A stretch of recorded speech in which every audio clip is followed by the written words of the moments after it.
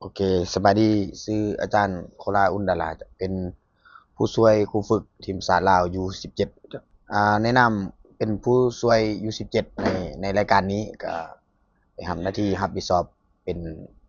ครูฝึกรับผิดชอบลูกเซตพิษเนาะลูกตั้งเตะฮั่นช่วยทางอันโค้ชแล้วก็ครับวิเคราะห์ออกแบบฝึกต่างๆฮั่นเกี่ยวกับที่จะใส่ในแต่ละนัดฮั่นช่วยทางด้านครูฝึกเจ้าสำหรับ3นัดผ่านมาหั้นเราก็เห็นว่าลูกเซตพิษก็ได้รับผลตามที่ควรเนาะดังที่ฝึกซ้อมกันมาอย่างเช่นจะเป็นการรับลูกเซตพิษต่างๆคือลูกเตะมุมเนาะลูกคอร์เนอร์ลูกฟรีคิกที่เราป้องกันได้ดีใน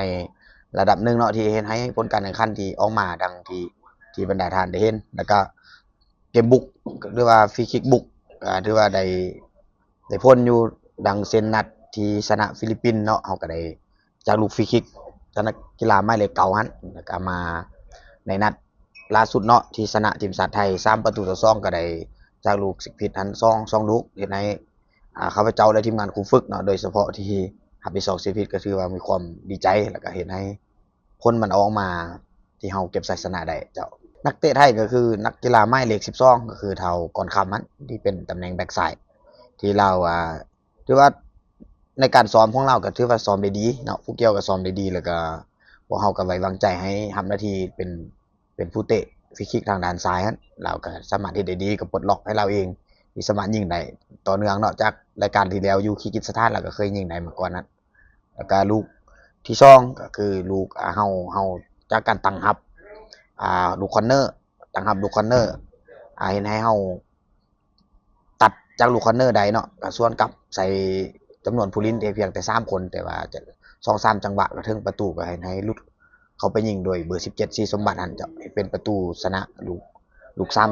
3-2เจ้าสำหรับนัดที่จะเจอมาเลเซียนะทางทีมงานเนาะก็คือ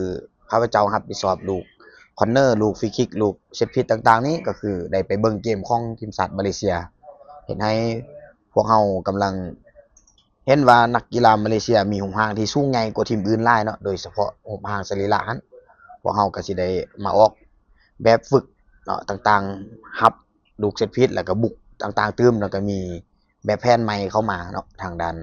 ทีมงานเราก็ได้ปรึกษาทางเฮดโค้ชผู้ฝึกก็ได้สิได้มาปรับใส่ในนัดมาเลนี้หวังว่าพวกเราจะเฮ็ดได้ดีดังที่นัดผ่านมาสำหรับข้าพเจ้าก็นับแต่เข้าวงการบันเตมาเนาะก็ได้ศึกษาร่ำเรียนทางด้านโค้ชวิชาโค้ชนี่ก็คือเริ่มแต่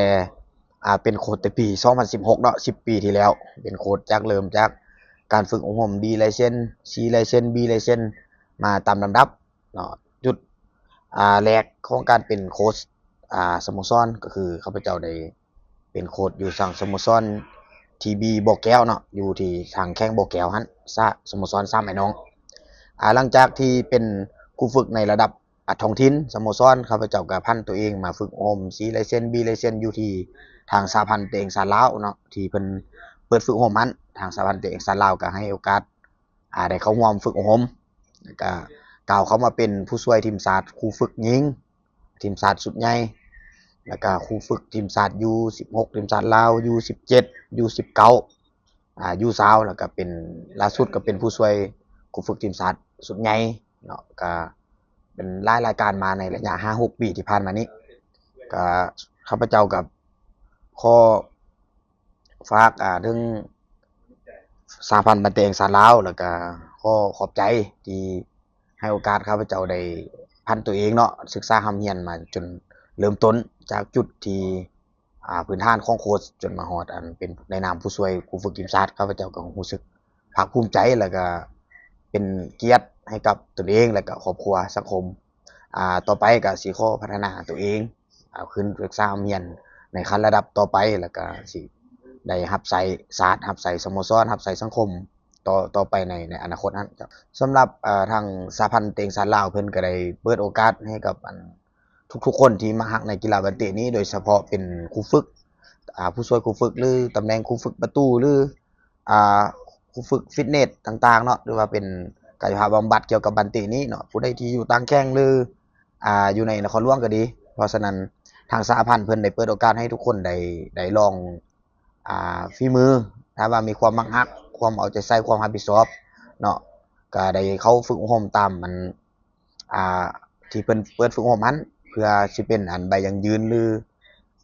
ใบผ่านงานต่างๆที่จะมาเข้าเป็นสตาฟทีมชาตินี้เพราะฉะนั้นก็โอกาสทุกคนก็มีบ่แม่นว่า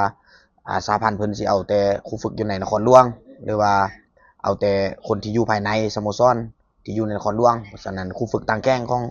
เฮาเพิ่นก็เห็นดีที่จะเอามาช่วยเพื่อแชร์ประสบการณ์หรือว่าแบบร่วมกันพัฒนาเนาะบ่ว่าจะเป็นต่างแข้งหรือบรรดาครูฝึกอยู่ในนครหลวงหรือว่าเป็นอดีตนักกีฬาก็ดีหรือเป็นอดีตต่างๆที่เกี่ยวกับวงการบันเตะนี่เขามาช่วยๆกันเจ้าสำหรับอันเซตพีซเนาะข้าพเจ้าเบิ่งหลักๆแต่ก่อนก็เซตพีซเมื่อมารับผิดชอบโค้ชเซตพีซหรือตำแหน่งครูฝึกผู้ช่วยครูฝึกแต่ลงเลิกเพิ่นให้รับผิดชอบเบิ่งลูกเซตพีซลูกตั้งเตะนี้ข้าพเจ้าแต่ก่อนเนาะเบิ่งข้อถึงทีมในพรีเมียร์ลีกก็คือทีมสโต๊กก่อนทีมสโต๊กที่เป็นต้นตำรับที่ข้าพเจ้าเบิ่งในลูกเซตพีซเนาะขอโทษที่เป็นแต่ก่อนเป็นลูกโยนลูกบั่นทุ่มไกลบั่นหยังหั่นก่อน จนมาถึงลูกเตะมุมเนาะที่สโต๊กต่อมาในทีมที่เขาพเจ้ามักก็อีกทีมหนึงก็ทีมอาร์เซนอลที่ในปัจจุบันหรือว่า2-3ฤดูกาลผ่านมาที่เขาเจ้ามีลูกที่เด็ดจากลูกเซตปิสเนาะบ่ว่าจะเป็นลูกเตะมุมฟรีคิกเขาเจ้าก็มีการนัดแนะหรือเป็นการ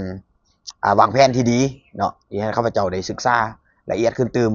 ว่าการออกแบบฝึกแล้วก็สูตรต่างๆมาปรับใส่ในทีมชาติ U17 เฮานี้เจ้า ได้ก็ขอขอบใจทางแฟนบ้านทุกคนที่อยู่ประเทศลาวแล้วก็แฟนบ้านที่พิเศษอยู่แข้งโบกแก้วแน่ก็ฝากส่งฝากเชียร์แล้วก็ให้ทีมชาติลาวอยู่17จุดนี้แล้วก็ขอขอบใจทางผู้ใหญ่ที่